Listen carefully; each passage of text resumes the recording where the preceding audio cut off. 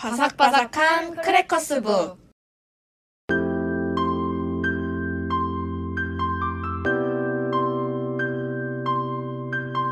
안녕하세요. 안녕하세요. 네, 벌써 185화네요. 네, 맞습니다. 185화 주제 글지마 작가님 읽어주시죠. 네, 불안한 현실 세계 사주로 타파. 예. 거의 뭐 주문 외우듯이. 그러니까요. 이런 건 좀 이제 힘있게 읽어줘야 되니까. 아니 MZ 세대에서 사주가 네. 그렇게 핫하다고. 근데 저희도 핫하잖아요. 그렇죠. 저번에 이어서 AI한테 사주를 굉장히 많이 보신다는 거, 그리고 그런 맞아. 것도 뉴스도 봤었는데 어떠세요, 작가님? 제가 느끼기에는 요즘에 그 제미나인가 사용량이 제일 많은 게 사주라고 듣긴 어머, 했거든요. 어머. 아닐 수도 있지만. 네네. 그래서 그 정도로 약간 AI 봐주는 프롬프트 사주 관련해서 올립니다 하면은 그게 좋아요가 엄청 눌려요. 실제로 저는 그 친구들의 사주를 봐주는 그 제미나이 섹션이 하나 생성이 됐거든요. 네. 사람들의 사주를 모으는 중입니다. 와. 재밌어요. 나중에 네 어디 뭐 섭외 연락이 오지 않을까 싶을 정도로 정말 체계적으로 준비하신 걸로 재밌더라고요. 네 모으고 계신 걸로 알고 있습니다. 네, 네. 그래서 요즘 사주나 타로, MBTI 등 자신을 알아보는 도구들이 큰 인기를 끌고 있는데요. 작가님은 사주나 운세 보신 적 있으신가요? 혹은 어떤 계기로 접하게 되셨나요? 저 한 3년 전에 정말 힘들 때 한 번 봤어요. 저희 같이 갔잖아요. 어? 그 얘기 해도 되나요? 맞아요. 까먹고 있었어요? 까먹고 있어서 그때 진짜 제가 정신이 없었나 봐요.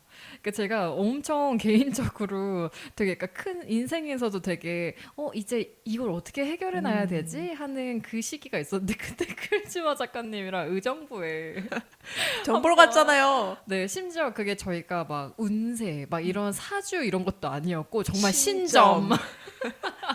심지어 저는 그때 당시에 사주를 본 지 얼마 안 돼서 맞아요. 안 봐도 되긴 하는데 지은 작가님이 정말 용한 데가 의정부에 있다고 하셔서 맞아. 제가 운전해서 의정부를 가는데 이게 맞나? 아니, 뭐 부대찌개 먹고 오지 뭐 이러고 갔거든요. 심지어 부대찌개 먹었잖아요. 끝나고. 맞아요. 기억나요. 그거 얘기해도 돼요? 지은 작가님 거기서 촉혀신 거? 어떡해. 저 완전히 약간 뭐라 그럴까? 이게 동화된다고 할까요? 사람들의 감정에 동화가 잘 돼요, 제가. 그 일화 좀 풀어도 되나요? 그럼요. 편집 안 하실 거죠? 그럼요.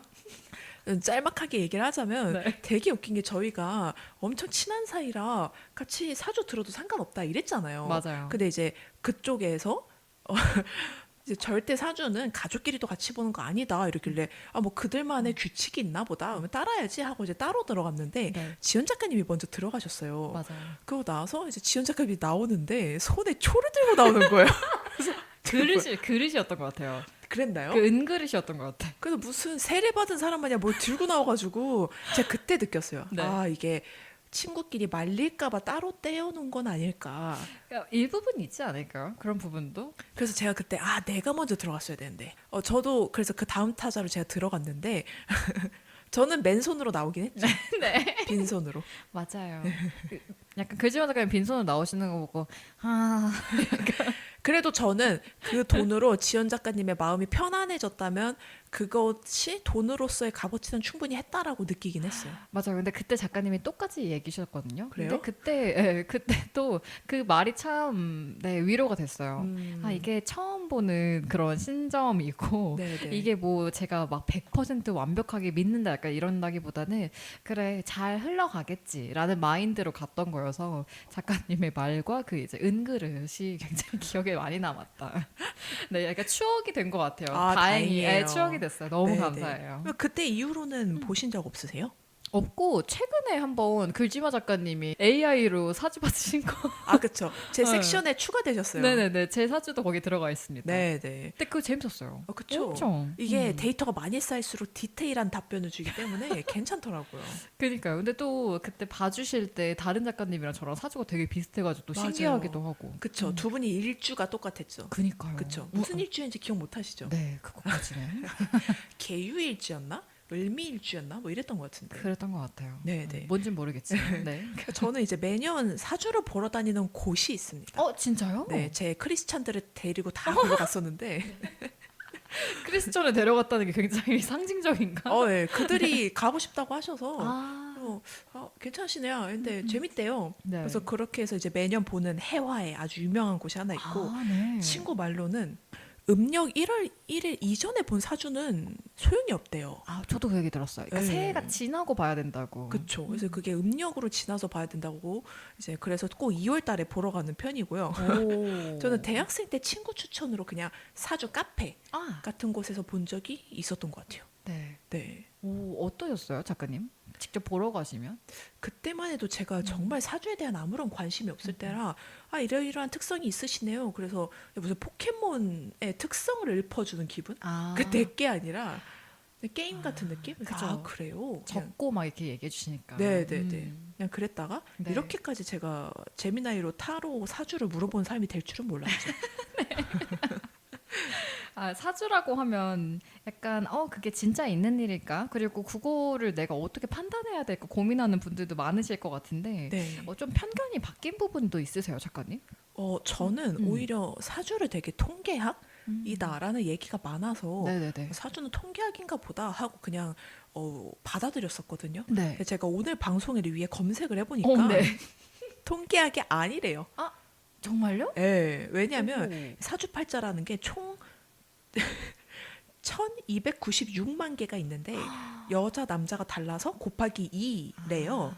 근데 결국에 이제 사주라는 게 귀납적인 통계. 그러니까 A, B가 C를 하더라라는 이제 통계가 아니라 자연의 법칙처럼 이러이러한 사람들이 전반적으로 이러하였다.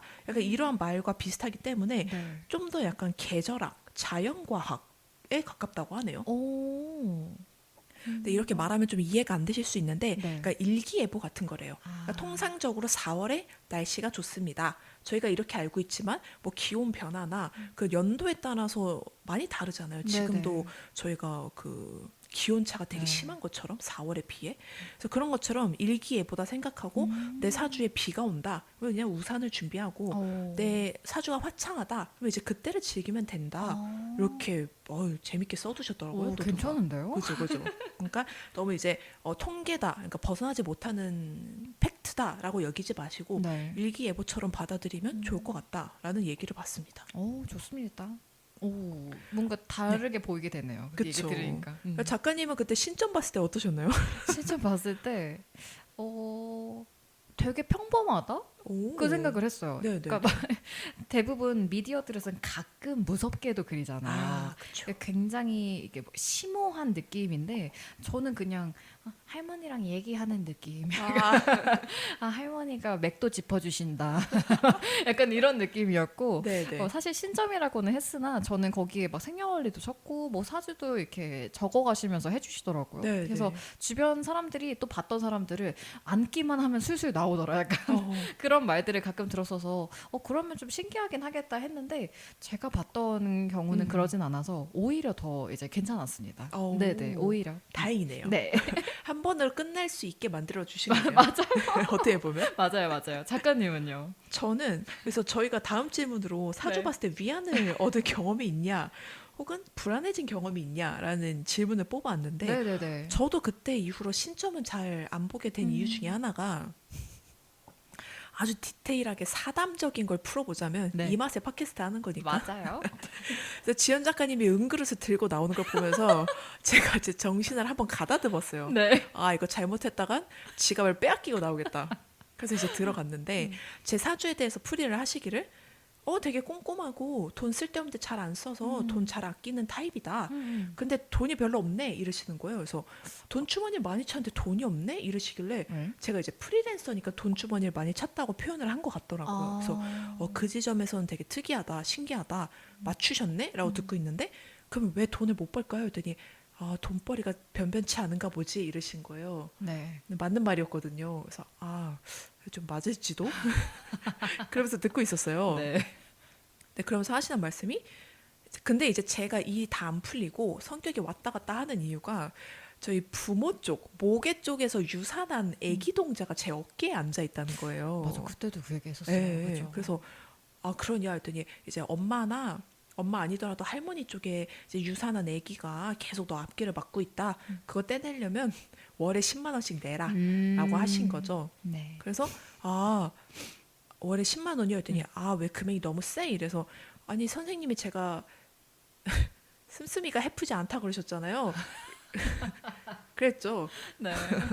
이제 예, 이상한데 돈 안 쓴다고 말씀하셨잖아요. 그랬더니 웃으시더라고요. 그래서 아, 아이 그냥 적금 넣듯이 10만 원씩 송금하라고. 그래서 제가 생각해 보겠습니다. 네. 이러고 집에 왔죠. 맞아요. 그래서 저희가 그 나와서 돌아가는 길에 동자 얘기를 막 하면서 예. 아, 또 그렇게 또 봐주시는 경우도 있구나 하면서 네, 네. 신기해했죠. 그래서 제가 좀 마음에 그게 좀 남더라고요. 그러니까 어떻게 맞아. 보면은 이게 불안해진 경험이 될 수는 있겠죠. 그래서 그렇죠. 제가 어머니한테는 또 상처가 될까 봐 말을 막 못하고 있다가 한 3, 4일 뒤에 네. 여쭤봤어요. 혹시 할머니나 엄마나 유산한 경험이 있냐? 그게 뭐 유전적으로 그럴 확률이 높으면 나도 그렇다는데 라면서 이제 다르게 애들로 네. 물어봤어요. 근데 어머니가 아예 증조 할머니 중에서도 유사한 사람 하나도 없다고. 아, 그래서 이게 다행이다 다행이다. 하고 넘어갔습니다. 잘했습니다. 이런 얘기까지 제가 나눌 줄 몰랐지만 예, 그랬습니다. 아, 좋아요, 좋아요. 아, 재밌네요. 저 근데 위안 그때 하나 되긴 했었어요. 그때 어떤 거요? 은그릇을 갖고 나오긴 했지만 그 은그릇을 갖고 나오게 된 가장 큰 이유 중에 하나가 마지막에 그분이 이렇게 할머니가 맥을 짚으시더니 근데 맥을 짚으셨다고요? 네, 저는 이렇게 보더니 손목이요? 네, 손목 맥을 짚으시더니 허해 이러시길래 좀 피곤해요 요즘에 약간 이렇게 얘기했었는데 근데 너 내년이 더 힘들어 이러시는 거예요. 네. 그래서 그때 정말 약간 청천벽력 같은 느낌이었거든요. 네. 아, 내년이 더 힘들구나 약간 그렇게 받아들였는데 그분이 근데 너 어떡할 거야 이러시길래 네. 뭐 해야죠 뭐 음. 이렇게 얘기했더니 막 웃으시는 거예요. 네. 그래서 그걸 보면서 내년만 잘 지나면 괜찮은가 보다. 그 생각을 좀 저 혼자 스스로 하게 됐어요. 그래서 그 뒤에 별 말씀 없으셨던 게 그래도 너 어차피 할 거잖아. 약간 이렇게 보여져가지고 그땐 좀 은그릇 하나 약간 이렇게 하면서 오늘 내가 이걸로 그냥 아유, 털고 간다. 네, 좋은 말씀 들었다. 이러고서는 네, 은그릇 하나 했던 것 같습니다. 근데 그 내년이 2025년이었나요? 작년이었어요. 네. 근데 실제로 더 힘드셨나요? 실제로 훨씬 더. 죄송한데 올해는 더 힘들지 않으세요 지금? 아 근데 올해는 좀 기쁘게 힘들어요. 네, 기쁘게. 그러니까 일을 하고 되게 재밌는 일 많아가지고 힘들고 재밌는데 작년은 진짜 그때 그 신점을 볼 때의 상황들의 연장선 같은 느낌이라서 처음 하는 거 약간 정리되지 않는 상황이었거든요. 근데 그게 작년에 좀 힘들면서 점점 이제 좀 괜찮아지더라고요. 다행이네요. 다행이에요. 제가 봤을 땐 은그릇 효과예요. 은그릇 효과, 은그릇 감사합니다. 감사합니다. 지금 무슨 얘기를 하고 있는지 잘 모르겠는데. 그래서 어쨌든 네. 저희가 이제 나를 설명해주는 트리, 뭐 사주, MBTI, 타로 이런 얘기를 해보고 있었는데 네네. 이런 것들이 약간 자기 이해를 하는데 실제로 도움이 된다고 보시나요? 아니면 그냥 재미 수준으로 넘겨야 되는 걸까요?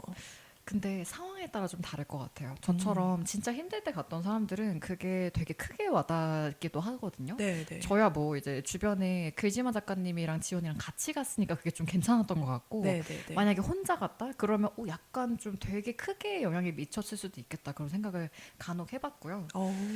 그리고 재미 수준은 어디 여행 갔을 때 가끔 보시는 경우가 있잖아요. 타로 같은 거. 네. 네. 근데 저 요즘에 재밌는 거 들었던 게 군산 얘기를 다른 작가님과 하다가 네. 귀의 생김새로 귀점을 봐주시는 곳이 군산에 있대요. 되게 네. 유명한.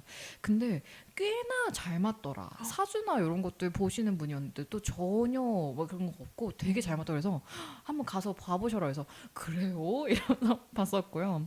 그리고 이제 별자리점, 점성술이 요즘에 사주만큼 인기가 진짜 많다. 그 얘기도 들었습니다. 작가님 귀 칼기세요? 칼기라고 붙어있는 하나요? 귀 잘 있으세요? 몰라요. 예. 이렇게 붙어 있는 게인가요? 잘 몰라요. 그게 이게 뭐 떨어져 있는 거랑 붙어 있는 귀랑 또 뭐가 다르다고 하더라고요. 그래요? 예. 신기하네. 그래서 그 귀 점 보시는 분이 애들 귀를 한 달에 한 번씩 찍어봐라. 애 귀 많이 바뀐다 이러는데 진짜로 이렇게 좀 바뀌고 있더라고요. 사람이 그런 걸 좀 바뀐다 그래서 신기하다 했습니다. 그래서 그 증명사진 찍을 때 귀 나와야 되는 게 그것 때문이에요. 사람마다 귀 모양이 달라서. 아 그래요? 제가 알기로는 그렇게 알고 있어요. 재밌네요. 그러니까 귀라는 것도 이제 점의 이제 대상이 될 수 있다는 것이 너무 신기했어요. 하긴 뭐 관상도 있잖아요. 그죠 관상도 있죠. 네. 안 좋아 막 이러면서. 네, 맞아요. 관상 사이언스라고. 작가님 어때요? 실제로 도움이 되는 것 같으세요? 아니면 재미 수준이세요? AI로 이제 학습도 시키시잖아요. 저는 약간 네. 편집적인 그 강박이 있기 때문에 그걸 네. 이용해서 이제 저에 대한 분석하는 걸 상당히 좋아하거든요. 오. 그러니까 아마 그냥 배우나 음. 작가처럼 그러니까 분석하는 게 습관이 돼서 그런지 나라는 캐릭터를 분석하는 게 되게 흥미로워서 오. 그러니까 알면 알수록 이제 단점도 많이 보완하고 그죠. 장점은 살릴 수 있으니까 혹은 이제 내가 어떠한 현상이 벌어졌을 때 왜 이럴까라고 했을 때 아 이런 특성 때문인가 하는 생각을 하는 게 되게 재밌는 편이라 저도 약간 두 쪽 다 애용하는 편인 것 같습니다. 좋습니다. 근데 작가님이 이렇게 사주나 이런 것들을 보시고 네. 학습을 모으시면서 느꼈던 거는 더 객관적으로 보시는 것 같아요. 아, 네, 뭔가 작가님은 사실 엄청 객관적으로 보지 않아도 네네. 충분히 저는 멋지다고 생각을 하는데 이제 점점 더 촘촘해진다고 할까요? 그게 좀 부럽기도 하고 대단하기도 하고 아, 근데 이게 그렇습니다. 또 음. 약간 반작용이 있는 게, 음. 그러니까 너무 분석을 하다 보니까 감성적이거나 음. 본능적으로 처리해야 될 일 같은 것도 있잖아요. 네. 예를 들어 이제 뭐 인간관계나 음. 이제 연애를 시작하는 거거나 이제 가족관계 음. 같은 것도 자꾸만 분석을 하는 거예요. 왜 이렇게 행동하지? 이래서 그럴까? 그러니까 사실 그게 추측해서 나올 수 있는 정답이 아니기도 하고, 네. 혹은 가끔은 그냥 본능을 따라야 될 때도 있는데 이게 이성적으로 너무 판단하려고 그러면은 실수를 하기도 하더라고요. 그래서 지금은 좀 재미로만 여겨야 되는 시즌이 온 것 같습니다. 좋습니다. 네, 알아서 네. 잘 하실 테니. 그래서 저희가 또 사주 얘기하다 보니까 시간이 훌쩍 갔죠. 역시 미신 얘기가 제일 재밌습니다. 좋습니다. 그래서 저희가 이제 불안한 현실을 타파할 수 있는 사주 얘기를 해봤는데 책 네. 소개를 그럼 이어서 해볼까요? 네, 작가님 부탁드릴까요? 네. 저는 주제와 정말 상관없는 책을 하나 가져왔는데요. 어머니를 돌보다 마더케어라는 와, 책입니다. 네. 그래서 표지가 되게 특이하게도 뭔가 그 질감도 되게 예쁘고요. 그러게요. 이제 두 사람이 손을 잡고 있는 듯한 모습이거든요. 그래서 이 책이 부제가 특이합니다. 의무, 사랑, 죽음, 그리고 양가 감정에 대하여. 라고 했을 때는 아 이게 무슨 뜻일까라고 이제 생각을 하게 됐는데 네. 저자인 린 틸먼 작가님은요 독창적인 소설가로 유명하기도 하고요 작가들이 존경하는 작가이자 희귀 질병을 앓은 어머니를 11년간 돌본 경험이 있는 그런 작가시더라고요. 네. 그러니까 아마 어머니를 돌보면서 느끼는 이제 딸로서의 의무, 그러니까 어머니에 대한 사랑, 그리고 어머니의 죽음, 그리고 그 사이에서 느낀 양가 감정을 다룬 책인데요. 이 책을 되게 후루룩 읽었던 것 같아요. 이게 왜냐면 작가가 쓴 에세이잖아요. 소설가가 쓴 에세이. 그렇죠. 그러다 보니까 약간 한 편의 그냥 드라마를 보듯이 이제 후루룩 읽게 되었는데 네. 읽다 보면은 이제 돌봄 제공자인 거죠. 네. 이제 그런 사람들이 실제로 어떤 일을 겪는지 혹은 자신이 아픈 게 아니고 이제 가까운 가족이 아플 때 이제 느끼는 불편한 진실 같은 거를 다룬 책인데요. 그래서 현실이 정말 여과 없이 드러나 있습니다. 그래서 제가 되게 공감한 지점 중에 하나는 57페이지에 나오는데요. 고통스러운 과정을 겪는 어머니를 지켜보면서 나는 미래가 시간의 유령이 다가오는 것이 두려웠다. 내 가능성과 환상들을 어머니에게, 그것도 내가 사랑하지 않는 어머니에게 빼앗기고 있었다.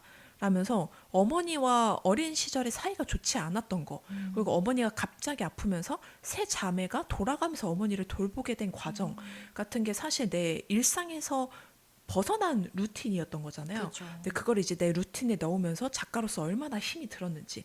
또 창작가들은 어쨌든 간에 본인만의 시간이 되게 필요하다 보니까 그게 되게 절실하게 느껴졌고요. 또 105페이지에 보면은 나는 글을 쓸 수 있는 시간을 사수했다. 글을 쓸 수 있을 때마다 글을 썼고 시간을 탈취당하면 패배감을 느꼈다. 그것은 지극히 인간적인 반응이라는 점에서 용서받을 수 없으면서도 용서받을 수 있는 반응이었다. 라고 했고요. 네. 그리고 아무런 방해를 받지 않고 글을 쓰는 사치를 부여받은 것에 대해 말로 표현할 수 없는 정도로 감사했다. 그러니까 나의 일상이었는데 그냥 글을 쓰는 게 그 시간의 주어짐이 얼마나 감사한지에 대해서 또 이제 깨닫고 있는 거를 드러냈고요. 네. 결국에는 이제 11년간의 돌봄 끝에 어머니가 돌아가시고 가족끼리 혹은 이제 어머니를 알고 있는 사람끼리 장례를 치르는 과정이 나오는데 저희 나라는 이제 병원에 있는 장례식장에서 치른다면 네. 여기서는 이제 가족끼리 집에서 치르더라고요. 그래서 그 과정에서 이제 뭐 부모님이 썼던 물건 혹은 이제 가족끼리 찍어놨던 가족 사진 이런 걸 이제 둘러보면서 얘기를 나누는 과정이 저거야말로 좀 정말 고인을 보내는 방식에 음. 맞지 않나?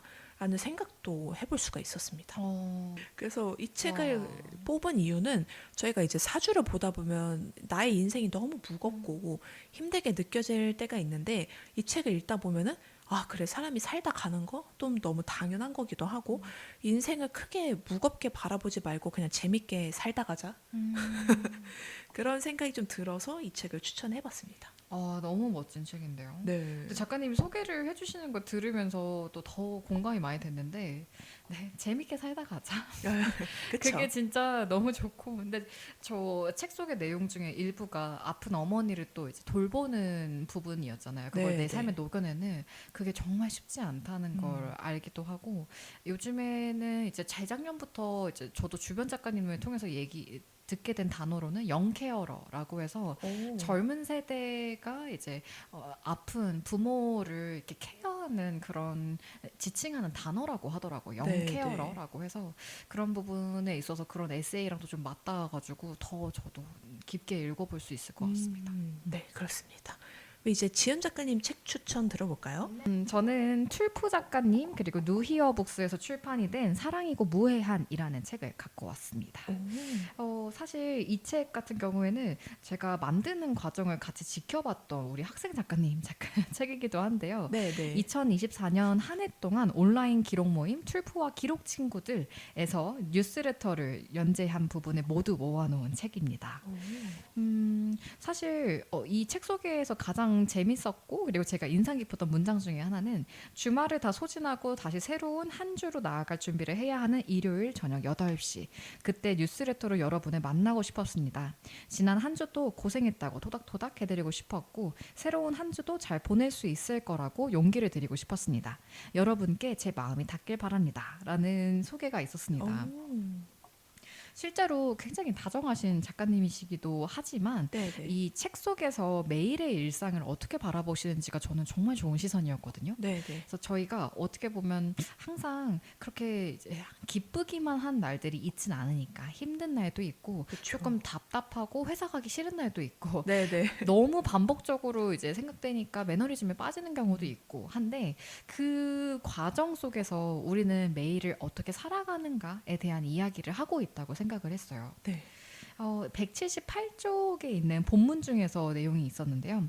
이제 남은 시간은 내가 좋아하는 일들로 채워요. 밀린 영화나 드라마 몰아보기를 하기도 하고 책을 잔뜩 쌓아놓고 읽을 때도 있고요. 좋아하는 카페에서 한껏 늘어져 있거나 친구를 만나 크게 깔깔 웃으며 이야기를 나누기도 하죠. 저는 이렇게 지친 날을 대비해 좋아하는 것들의 리스트를 알약처럼 준비해둬요. 이걸 하나씩 꺼내고 먹고 나면 꼭 해야 할 일들을 마주할 용기도 생긴답니다. 라는 이 부분이 가장 인상 깊었습니다. 정말 다정하신 게 느껴집니다. 그죠. 네. 정말 이제 나를 위한 리스트잖아요. 버킷리스트처럼 내가 계속 향해 가야 되는 게 아니라 하다가 지치거나 일상에서 좀 힘든 일이 있거나 했을 때 알약처럼 약간 행복의 알약처럼 먹었을 때 그래 좀 해볼 수 있는 용기가 다시 생길 수 있는 나를 위한 리스트라고 생각을 해서 이런 부분에 있어서 이 사랑이고 무해한을 저는 하루에 거의 한 5편씩 나눠서 읽었거든요. 네, 네. 그러다 보니까 나의 일상에서도 조금 보여지는 부분들 그리고 보일 수 있는 부분들에 대해서 많이 생각하게 됐습니다. 진짜 일상과 함께한 책이네요. 그죠. 네. 그래서 약간 우리는 약간 매일매일 관심 있는 게 바뀌잖아요. 신경 그쵸. 쓰는 것도 바뀌고 바빠서 내일을 그래요? 그럴까요? 그러니까 그럴 수도 있어요. 저도 취미를 되게 오래 갖는 편은 아니어가지고 지금 부끄럽게도 운동도 쉰지 3년이 다 되어가서 해야죠. 해야 되는데 매일매일 뭐가 바뀌다 보니까 그게 참 힘들기도 했거든요. 네, 네, 네. 근데 너무 조급해하지 말자라는 거를 이 일상의 기록을 읽으면서 느꼈고요. 운동은 좀 조급할 필요가 있어요. 네, 그래서 글재마 작가님의 이런 이야기 들으면서 저도 이제 다시 시작하려고 합니다. 네. 네. 근데 참 지현 작가가 워낙 바쁜 걸 아니까. 근데 해야 돼요. 근데 운동은 할 필요가 정말 있어요. 체력이 진짜 떨어지더라고요. 네, 네. 이 정도도 못해 하면서 자고 있어요. 이래가지고 맞아요. 그게 속상해서 해야겠어요. 근데 그건 있는 것 같아요. 이게 운동을 하는 시간만큼 쉬면 쉴 수는 있거든요. 맞아요. 근데 그거를 운동에 쓸 거냐, 그냥 이제 기절하듯이 자는 데 쓸 그쵸. 거냐의 차이인 것 같긴 해요. 맞아요. 네, 그 조절을 최소 일주일에 2번이라도 해보는 걸로. 좋죠, 좋죠. 그래서 저는 다채로운 모습을 일상 기록에 녹여내면 좋을 것 같아서 가지고 왔고요. 불안한 현실 너무 많죠. 그냥 불안하다라고 여기는 순간부터 모든 상황을 다 그렇게 생각할 수 있는데요. 사실 하나하나 짚어가다 보면은 이거는 내일 해도 될 걱정, 이거는 다음 달에 해도 될 걱정, 이런 것들로 조금은 내 마음을 정리해 볼 수 있지 않을까. 그리고 어차피 해야 될 일이라면은 그거를 쉬었다가 다시 마주했을 때 생기는 용기를 한번 좀 보셨으면 좋겠어서 어. 일상의 기록으로 갖고 오, 와봤습니다. 여러분들 현실이 불안할 땐 지연 작가에게 상담을. 아유, 언제든지. 방금 점성술사 같았어요. 아, 그래요? 네. 해도 잘할까요? 잘할 것 같아요. 근데 직업을 하나 더 늘리지 말고요. 좋아요. 쓰러질까 무서워요. 근데 저는 작가님한테 그 AI 사주 받을 때도 되게 재밌었어요. 위로도 많이 되기도 하고, 그래, 이런 성향이 있으니까 또 이런 거 해볼 수 있지 않을까 해서 너무 좋았습니다. 네, 그래서 저희가 이제 불안한 현실에서 사주로 그걸 타파해보는 얘기를 해봤는데요. 네. 다음 주에 또 아주 재밌는 얘기만 준비했죠. 다음 주제는 그쵸. 뭘까요? 네. 연애하려고 뭐까지 해봤니? 직장인은 이성을 어디서 만날까? 입니다. 네, 저희가 이제 네이버를 벗어나서 자극적인 얘기만 한번 해보도록 하겠습니다. 네, 좋습니다. 네. 다음 주에 또 만나 뵙는 거를 이제 꿈꾸면서 저희는 이만 인사드리겠습니다. 네, 다음 주에 뵙겠습니다. 감사합니다. 감사합니다.